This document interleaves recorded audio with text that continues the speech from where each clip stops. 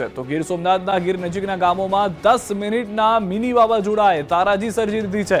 ભારે પવનને કારણે અનેક વૃક્ષો ધરાશાયી થઈ ગયા છે। રસ્તાઓ પર પણ આ વૃક્ષો તહેસ નહેસ થઈને પડતા રસ્તાઓ બંધ થઈ ગયા છે। પ્રાચી ગાંઠવડ રોડ પર વૃક્ષો ધરાશાયી થવાના કારણે વાહન વ્યવહારને પણ અસર થઈ છે। ગાંગેધા ગામ નજીક અનેક વૃક્ષો ધરાશાયી થતા વાહન વ્યવહાર ખોરવાઈ ગયો છે। ગુજરાત પરથી વાવાઝોડાનો ખતરો ટળ્યો કે નહીં, પરંતુ 5 થી 10 ઇંચ જેટલો વરસાદ પડશે અને ખતરનાક હશે। ગુજરાત પરથી ટળ્યો ખૂંખાર વાવાઝોડાનો ખતરો। 31 મે સુધી ચોતરાફાળ વરસાદ તો પડશે જ। 5-10 ઇંચથી વધુ વરસાદ ખાબકી શકે। ગુજરાત પર છેલ્લા 2 દિવસથી વાવાઝોડું ત્રાટકી શકે તેને લઈને આગાહીઓ કરવામાં આવી હતી, જેને લઈને ગુજરાતનું તંત્ર સજ્જ છે। ખેડૂતોની ચિંતામાં વધારો થયો છે, પરંતુ વાવાઝોડાને લઈને રાહતની ખબર આવી છે। ગુજરાત પર જેનો ખતરો તોળાઈ રહ્યો હતો તે ખૂંખાર વાવાઝોડાનો ખતરો ટળી ગયો છે, પણ ખુશ થવાની જરૂર નથી, કેમ કે અણધાર્યા વરસાદનું સંકટ ટળ્યું નથી। હવામાન નિષ્ણાંત પરેશ ગોસ્વામીએ આગાહી કરી છે કે દરિયામાં વાવાઝોડાની સિસ્ટમ મજબૂત લો પ્રેશર બની ચૂકી છે। સિસ્ટમમાં મોડી રાતથી હલચલ શરૂ થઈ છે।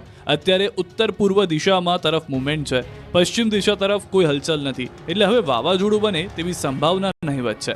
એટલે ગુજરાત વાવાઝોડાના ખતરાથી બચી જશે, પરંતુ 5 થી 10 ઇંચ વરસાદ ખાબકશે। વાવાઝોડાની અસરે 31 મે સુધી ગુજરાતમાં મુશળધાર વરસાદ પડી શકે। દક્ષિણ ગુજરાતમાં સામાન્ય કરતાં વધુ વરસાદ પડશે। દક્ષિણ ગુજરાતના અમુક ભાગોમાં પણ ધોધમાર વરસાદ પડશે, તો સૌરાષ્ટ્રના દરિયાકાંઠાના જિલ્લામાં તોફાની વરસાદ પડી શકે। મધ્ય ગુજરાતના ખંભાત આસપાસના વિસ્તારો, આણંદ, નડિયાદ, ખેડા જેવા વિસ્તારમાં હળવાથી મધ્યમ વરસાદ પડવાની સંભાવના છે। બોટાદ, ભાવનગર, અમરેલી, ગીર સોમનાથ, જૂનાગઢ અને રાજકોટ જેવા વિસ્તારમાં વરસાદ પડી શકે। ગાજવીજ અને તોફાની પવન સાથે વરસાદ પડી શકે। ગુજરાત અને મહારાષ્ટ્ર બંને રાજ્યોની અંદર મુશળધાર વરસાદોની શક્યતાઓ છે।